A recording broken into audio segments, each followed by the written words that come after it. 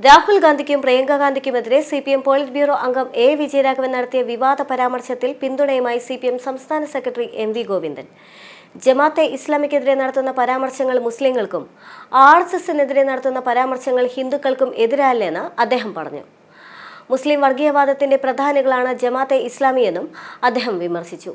ഹിന്ദു വർഗീയവാദത്തിന്റെ സുപ്രധാന കരുത്തായ ആർഎസ്എസ് പോലെ മുസ്ലിം വർഗീയവാദത്തിന്റെ ഏറ്റവും പ്രധാന വിഭാഗമായി ജമാഅത്തെ ഇസ്ലാമിയും ഭീകരവാദ പ്രസ്ഥാനത്തിന്റെ ഭാഗമായ SDP-യും നിൽക്കുകയാണ്. ഇവരുടെ സഖ്യകക്ഷിയായാണ് ഇപ്പോൾ കോൺഗ്രസ് പ്രവർത്തിക്കുന്നത്. കഴിഞ്ഞ പാർലമെന്റ് തെരഞ്ഞെടുപ്പിലും പാലക്കാട് ഉപതെരഞ്ഞെടുപ്പിലും ഒരു സഖ്യകക്ഷി പോലെയാണ് UDF-ഉം ജമാഅത്തെ ഇസ്ലാമിയും പ്രവർത്തിച്ചതെന്നും അദ്ദേഹം പറഞ്ഞു. ജമാഅത്തെ ഇസ്ലാമിക്കെതിരായിട്ട് പാർട്ടി വിമർശനം ഉന്നയിച്ചാൽ അത് മുസ്ലിമുകൾക്കെതിരായിട്ടുള്ള വിമർശനമാണ് എന്നും RSകാരെ പറ്റി ഞങ്ങൾ വിമർശിച്ചാൽ അത് ഹിന്ദുക്കൾക്കെതിരായിട്ടുള്ള വിമർശനമാണ് എന്ന് പറയുന്നത് പോലെ തന്നെ ന്യൂനപക്ഷ വർഗീയതയും ഭൂരിപക്ഷ വർഗീയതയും CPM-നെതിരായിട്ട് ഇടതുപക്ഷ ജനാധിപത്യ മുന്നണിക്കെതിരായിട്ട് ഇപ്പോഴും ശക്തിയായിട്ട് വരികയാണ്. ഞങ്ങളിതിൽ ഒരു വിട്ടുവീഴ്ചയും ചെയ്യാൻ ഉദ്ദേശിക്കുന്നില്ല. മുസ്ലിം സമുദായത്തിലെ വളരെ ചെറിയ ഒരു ന്യൂനപക്ഷമാണ് വർഗീയവാദികളായ ജമാഅത്തെ ഇസ്ലാമി SDP-യും.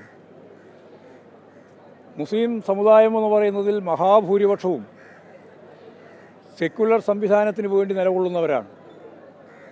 മഹാഭൂരിപക്ഷവും അങ്ങനെയാണ്. അങ്ങനെയല്ലാത്ത ഹിന്ദു വർഗീയവാദികളുടെ ഏറ്റവും പ്രധാനപ്പെട്ട കരുത്തായ RSSനെ പോലെ മുസ്ലിം വർഗീയവാദ പ്രസ്ഥാനത്തിൻ്റെ ഏറ്റവും പ്രധാനപ്പെട്ട വിഭാഗമായിട്ട് ജമാഅത്തെ ഇസ്ലാമിയും അതുപോലെ ഒപ്പം ചേർന്ന് ഭീകരവാദ പ്രസ്ഥാനത്തിൻ്റെ ഭാഗമായ SDP-യും നിൽക്കുകയാണ്. ഈ ജമാഅത്തെ ഇസ്ലാമിയുടെയും SDP-യുടെയും സഖ്യകക്ഷിയാണ് ഇപ്പോൾ കോൺഗ്രസ്. കഴിഞ്ഞ പാർലമെൻറ്റ് തെരഞ്ഞെടുപ്പിൻ്റെ ഭാഗമായിട്ടും ഇപ്രാവശ്യത്തെ പാലക്കാട് അസംബ്ലി നിയോജക മണ്ഡലത്തിൻ്റെ ഉപതെരഞ്ഞെടുപ്പിൻ്റെ ഭാഗമായിട്ടും ഒരു സഖ്യകക്ഷിയെ പോലെ പ്രവർത്തിച്ചത് നമുക്കെല്ലാം അറിയുന്നത് പോലെ നമുക്കറിയാം. UDF-ഉം ജമാഅത്തെ ഇസ്ലാമും ആണ് എന്നുള്ളതാണ്. അപ്പോൾ UDF എന്ന് പറയുന്നത് പ്രത്യേകിച്ച് കോൺഗ്രസ് ഒരു സഖ്യകക്ഷിയെ പോലെ ജമാഅത്തെ ഇസ്ലാമിനെയും SDP-യെയും ചേർത്ത് നടത്തുകയാണ്. ദൂരവ്യാപകമായ രാഷ്ട്രീയ പ്രത്യാഘാതം അത് ഉൽപ്പാദിപ്പിക്കുമെന്ന കാര്യത്തിൽ യാതൊരു സംശയമില്ല. അത് കോൺഗ്രസിൻ്റെ അകത്തും വരും, ലീഗിൻ്റെ അകത്തും വരും. മുസ്ലിം ലീഗ് വർഗീയതക്കെതിരായിട്ടൊക്കെ സജീവമായി നിലകൊള്ളുന്ന ഒരു പ്രസ്ഥാനമാണെന്നാണ് അവർ പറയുന്നത്. പക്ഷേ ഇസ്ലാമിക രാഷ്ട്രം വേണം എന്ന വാദം ഉന്നയിക്കുന്ന ജമാഅത്തെ ഇസ്ലാമിയുമായി ചേർന്ന് സ്വാഭാവികമായിട്ട് UDF-ൻ്റെ കക്ഷിയായിട്ട് മാറുമ്പോൾ അതുണ്ടാക്കുന്ന പ്രത്യാഘാതം കോൺഗ്രസ്സിന് മാത്രമല്ല മുസ്ലിം ലീഗിലും അത് ശക്തിയായിട്ട് ഉയർന്നു വരും എന്ന് തന്നെയാണ് ഞങ്ങൾ കാണുന്നത്. അപ്പോൾ ന്യൂനപക്ഷ വർഗീയതവാദത്തെ ശക്തിയായിട്ട് ഞങ്ങൾ എതിർക്കും, ഇനിയും എതിർക്കും. ഇതേവരെ എതിർത്തിട്ടുണ്ട്. ഭൂരിപക്ഷ വർഗീയതയെയും അതിൻ്റെ ഏറ്റവും പ്രധാനപ്പെട്ട ശക്തിയായിട്ടുള്ള RSSനെയും അതിശക്തിയായിട്ട് ഞങ്ങൾ എതിർക്കും.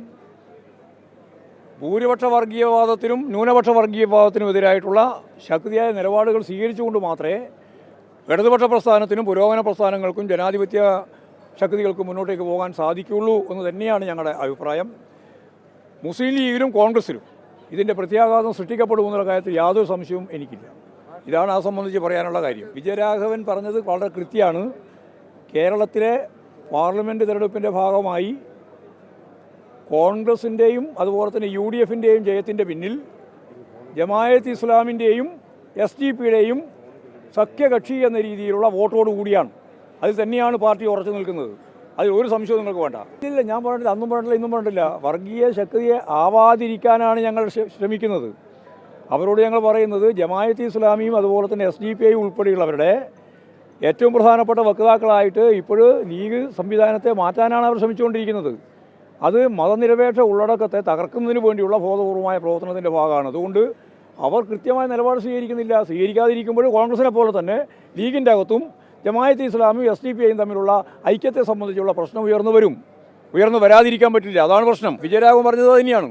പാർലമെൻറ്റ് തെരഞ്ഞെടുപ്പ് കഴിഞ്ഞപ്പോൾ ഞങ്ങൾ വളരെ വ്യക്തമായിട്ട് പറഞ്ഞു, ഭൂരിപക്ഷ വർഗീയതയും ന്യൂനപക്ഷ വർഗീയതയും രണ്ടും ഇടതുപക്ഷ ജനാധിപത്യ മുന്നണിക്കെതിരായിട്ട് അതിശക്തിയായിട്ട് പ്രവർത്തിച്ചിട്ടുണ്ട്.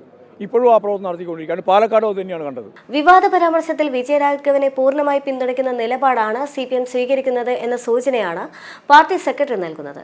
ലോക്സഭാ തെരഞ്ഞെടുപ്പിൽ രാഹുൽ ഗാന്ധി വയനാട്ടിൽ നിന്ന് വിജയിച്ചത് മുസ്ലിം വർഗീയ ചേരിയുടെ പിന്തുണയോടെയാണ് എന്നായിരുന്നു വിജയരാഘവന്റെ ആരോപണം.